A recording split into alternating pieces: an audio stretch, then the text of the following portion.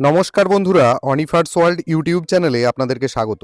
আগামীকাল অর্থাৎ 14ই জানুয়ারি 2025 রাজ্যের প্রাথমিক বিদ্যালয়গুলিতে মকর সংক্রান্তি উপলক্ষে যে সার্বিক ছুটি দেওয়ার কথা প্রাথমিক শিক্ষা পর্ষদের পক্ষ থেকে হচ্ছিল, সেটা কিন্তু এখনও ঘোষণা করা হয়নি।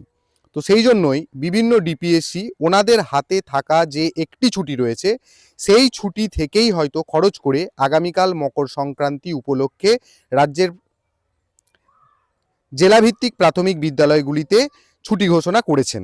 তো সেক্ষেত্রে আমরা অলরেডি 2-3টে ডিপিএসসি ছুটি ঘোষণা সংক্রান্ত নোটিশ দেখে নিয়েছি, আর এখন 4টে ডিপিএসসি এই সংক্রান্ত ছুটিটা যে ঘোষণা করেছে, জেনে নেব কোন কোন ডিপিএসসি আগামীকাল মকর সংক্রান্তি উপলক্ষে ছুটি ঘোষণা করলো। তো প্রথমেই পশ্চিম মেদিনীপুর ডিপিএসসি রয়েছে, আগামীকাল ছুটি ঘোষণা করেছে মকর সংক্রান্তি উপলক্ষে।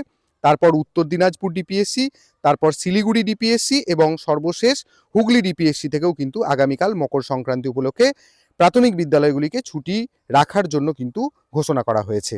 তো যাই হোক, পর্ষদ মনে হচ্ছে যেন আর এই ধরনের সার্বিক নোটিশ দেবে না, এবং অন্যান্য জেলাদের ক্ষেত্রেও আমার মনে হচ্ছে অবশ্যই যেন একটি ছুটির অর্ডার আসতে চলেছে।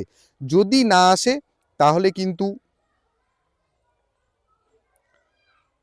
যদি ডিপিএসসি যারা এখনও অর্ডার করতে বাকি রয়েছে তারা যদি ছুটি ঘোষণা না করেন, তাহলে সেই সব জেলাগুলির প্রাথমিক বিদ্যালয়গুলির জন্য কিন্তু আগামীকাল বিদ্যালয় খোলা, আর যে সমস্ত ডিপিএসসি ঘোষণা করলো তাদের জন্য কিন্তু বিদ্যালয়গুলি বন্ধ থাকছে।